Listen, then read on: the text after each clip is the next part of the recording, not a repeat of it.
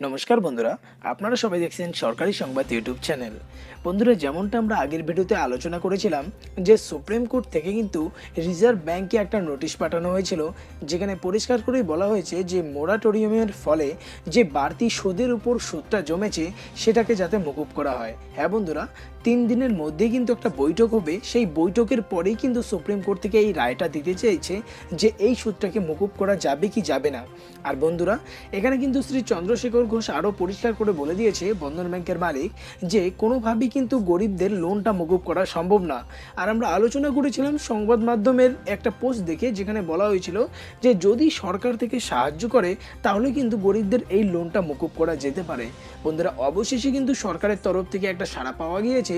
সরকারের তরফ থেকে কিন্তু বন্ধুরা খুব শীঘ্রই 50,000 কোটি টাকার একটা নতুন প্যাকেজ ঘোষিত হতে চলেছে। বন্ধুরা, আপনাদের কাছে একটাই রিকোয়েস্ট যে আপনারা কিন্তু ভিডিওটাকে সম্পূর্ণ দেখবেন। সম্পূর্ণ দেখলেই কিন্তু বুঝে যাবেন যে এই 50,000 কোটি টাকার প্যাকেজটা দিয়ে আসলে কি কি কাজ হতে চলেছে, আর আদৌ কি সরকারের তরফ থেকে গরিবদের এই লোনটাকে মকুব করা হবে কিনা সেই সম্বন্ধেও কিন্তু আপনারা স্পষ্ট ধারণা আজকে পেয়ে যাবেন যে সরকার আসলে কি বলতে চায়। আর বন্ধুরা, যদি চান গরিবদের এই লোনটাকে মকুব করা হোক তাহলে কিন্তু সবার আগে ভিডিওটাকে ফেসবুক আর হোয়াটসঅ্যাপে শেয়ার করবেন, এরই সাথে লাইক বাটনে ক্লিক করে সাবস্ক্রাইব বাটনে ক্লিক করে বেল নোটিফিকেশনটা অল করে দিতে ভুলবেন না। বন্ধুরা, যেমনটা আপনারা এই সংবাদ মাধ্যমে দেখতেই পারছেন যে সরকারের তরফ থেকে কিন্তু 50,000 কোটি টাকার একটা প্যাকেজের ঘোষণা করা হয়েছে। বন্ধুরা, এই টাকাটা কিভাবে আমাদের কাজে লাগতে চলেছে আসুন সেটাও আমরা দেখে নিচ্ছি। যেমনটা আমরা জানি যে দেশকে এগিয়ে নিয়ে যেতে যেমনটা বড় বড় ব্যবসার অনেকটা অবদান থাকে, তেমনি কিন্তু ছোট ছোট ব্যবসারও যথেষ্ট উপকার এখানেই থেকেই থাকে। আর বন্ধুরা, এখানে আরও বলা হয়েছে এই 50,000 কোটি টাকার মধ্যে কিন্তু টাকাটা ভাগ হয়ে যাবে 30,000 আর 20,000 কোটি টাকার মধ্যে। এর মধ্যে বলা হয়েছে যে ক্ষতিগ্রস্ত শিল্প সার্ভিস সেক্টরে প্রতিষ্ঠানগুলির কাজের জন্য 30,000 টাকার ঋণ সুবিধা দেওয়া হবে।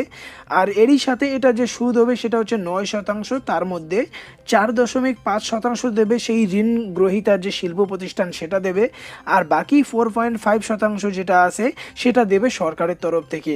বন্ধুরা, এখানে যে বাকি 20,000 কোটি টাকার কথা বলা হয়েছে তার মধ্যে কিন্তু ক্ষুদ্র ও মাঝারি শিল্প প্রতিষ্ঠানগুলিদের ঋণ সুবিধা প্রণয়ন করা হবে, এবং তার মধ্যেই কিন্তু যাদের আর্থিক অবস্থা একদমই খারাপ তাদের কিন্তু নতুন করে ঋণ দেওয়ার সুবিধাটাও করা হবে। আর বন্ধুরা, যাতে সবার সুদটাকে মকুব করা হয় সে বিষয়ে কিন্তু এখানে বলা হয়েছে।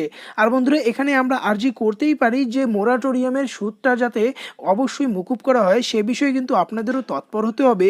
ভিডিওটাকে ফেসবুক হোয়াটসঅ্যাপে শেয়ার করতে বলবেন না।